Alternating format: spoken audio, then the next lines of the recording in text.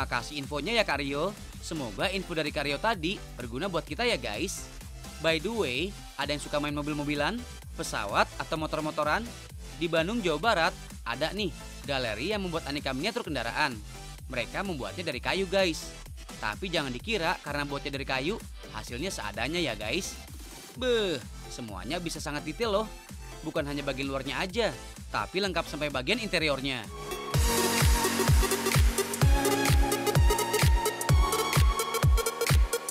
Kayu yang digunakan adalah kayu albasia.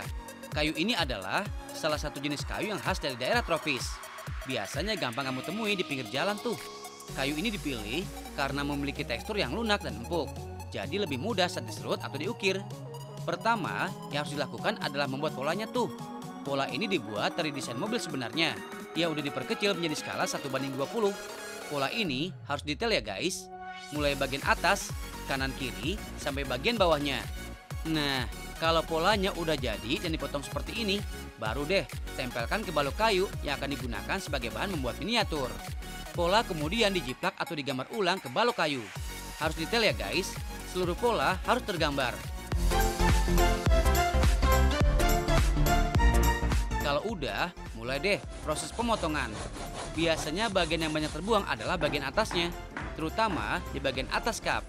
Makanya rata-rata dipotong sampai melengkung seperti ini. Alat yang digunakan beragam tuh, mulai dari gergaji, golok, sampai pisau serut yang digunakan oleh pengrajin wayang golek. Gergaji dan golok biasanya digunakan untuk membentuk bagian kasarnya tuh, sama untuk membuang bagian-bagian yang tidak digunakan. Sedangkan kalau udah tahap pemberian detail, biasanya yang digunakan hanya pisau serut ini. Pisau serut digunakan untuk mengukir bagian-bagian kecil, seperti detail-detail kaca, pintu, dan guratan bodi mobil.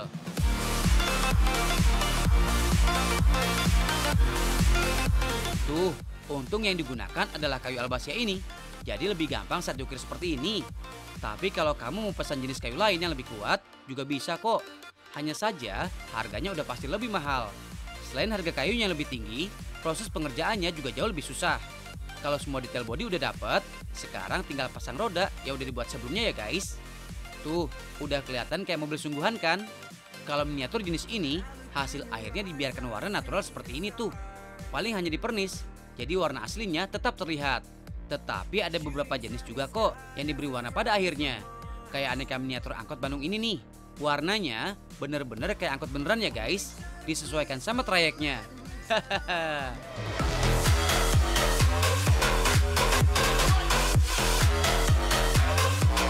Selain miniatur aneka macam mobil, di galeri ini juga membuat miniatur kendaraan lainnya tuh.